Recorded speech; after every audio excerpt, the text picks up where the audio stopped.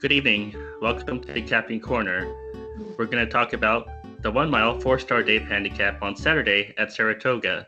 We're going to talk about Raging Bull first, since he's 5-2 on the morning line. And Raging Bull, he actually won 2 starts ago in Santa Anita. He won by 2 1/4 lengths.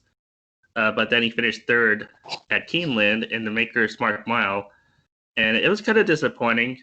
And he doesn't win often, so that's the big worry with Raging Bull. What do you think of Raging Bull? Okay, he won the Schumacher Mile, but the Schumacher Mile, remember, the pace was very fast. Yes, they passed in 22 and 24 and change. I think this is not going to happen this time. Yes, he wants to be a favorite again, but I think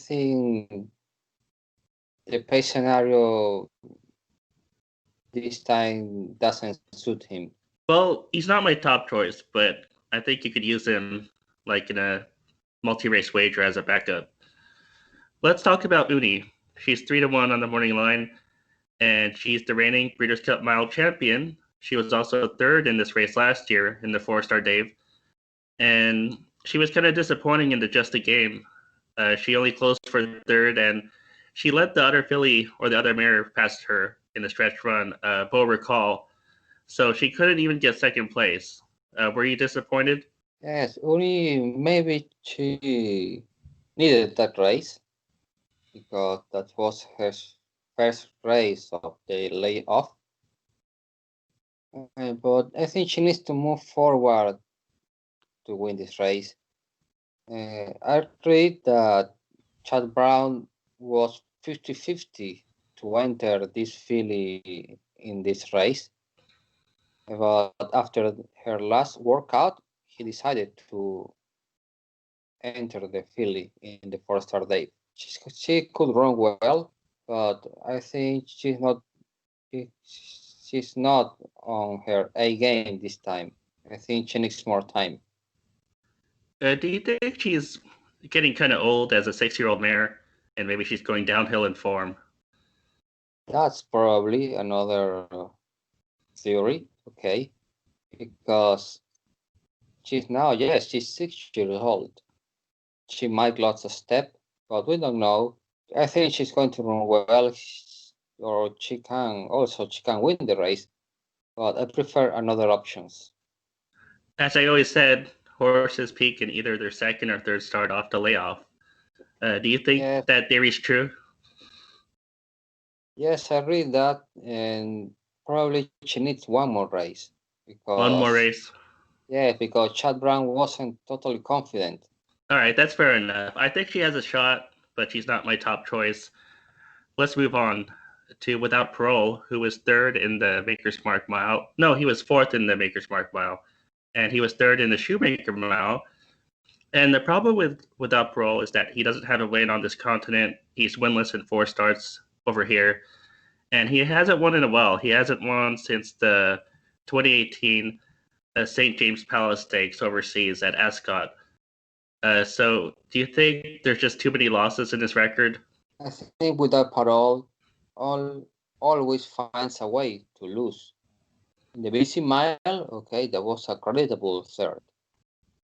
Then there was the Pegasus World Cup turf. He stretched out to 1 mile in 3/16, and he didn't like the distance and finished second last. Then in the Schumacher Mile, he had some troubles. Okay, the stock was stuck on the inside, and then finished third.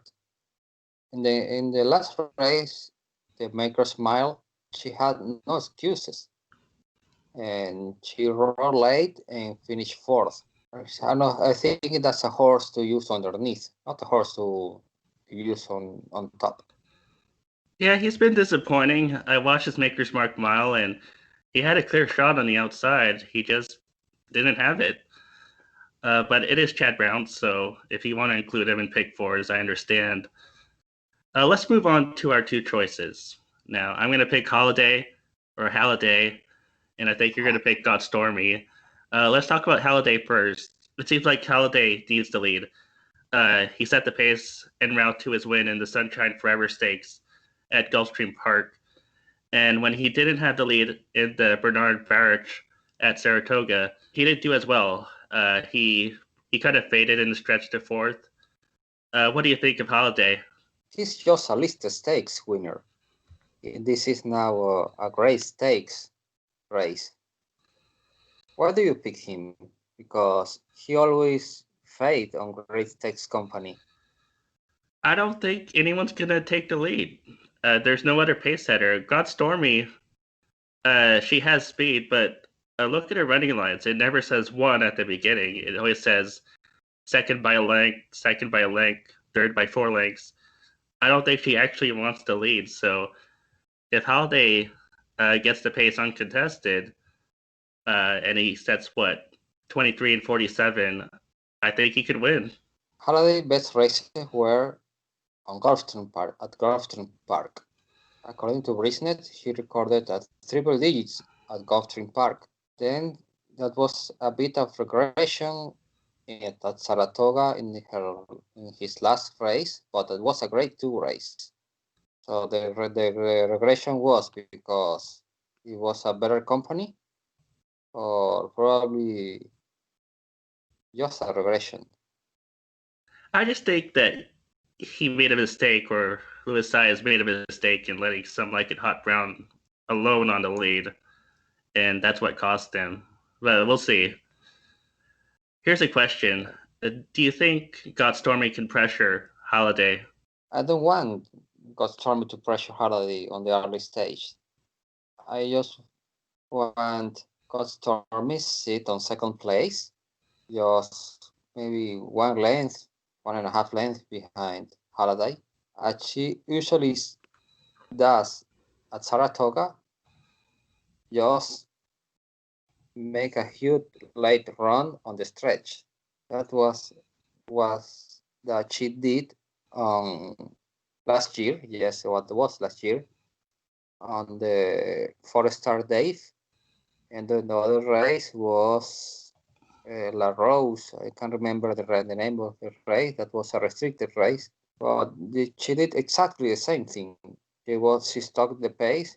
She wasn't too early in the lead on those races, and she closed too fast.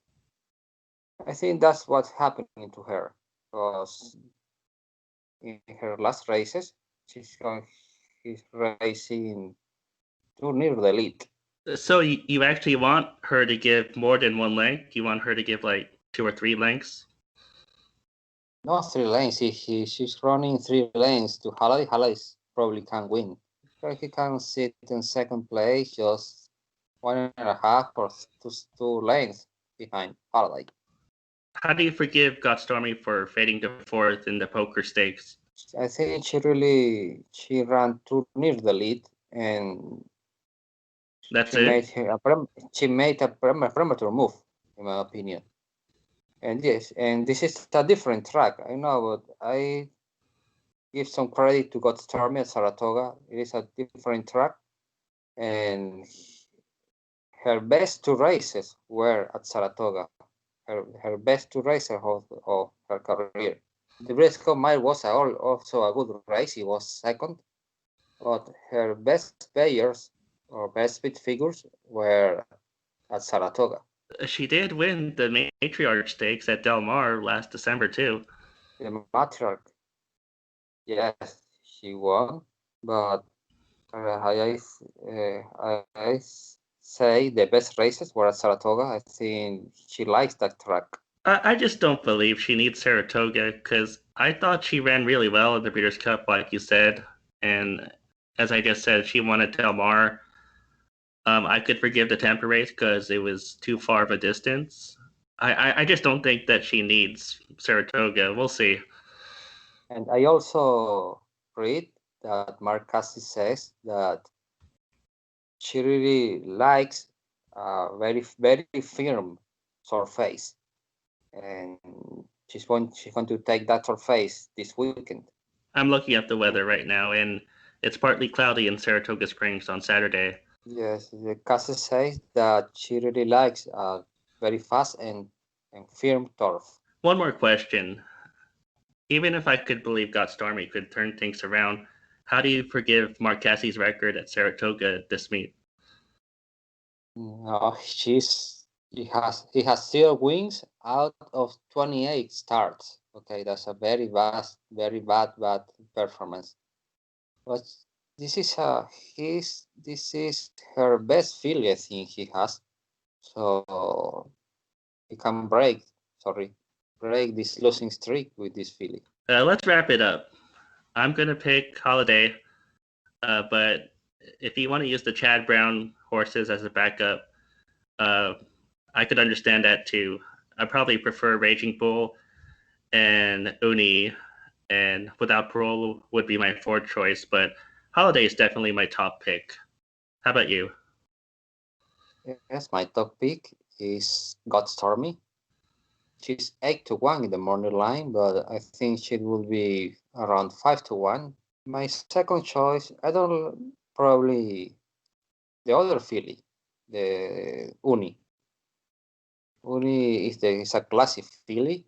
I think she might need the race okay, but she's the class. I think she's the class of the field, and she can win the race. If I'm going to use a third choice, would be Raging Bull. Raging Bull always run well, so he can hit the board. And I don't know. I don't think Haladay has the class to beat this field. Let's see. Okay, let's see. That's Capping Corner for tonight. We'll talk about what to discuss next week. The Kentucky Derby is coming up in 2 weeks. And I hope you hit all your bets this weekend. See you guys later. See you guys later.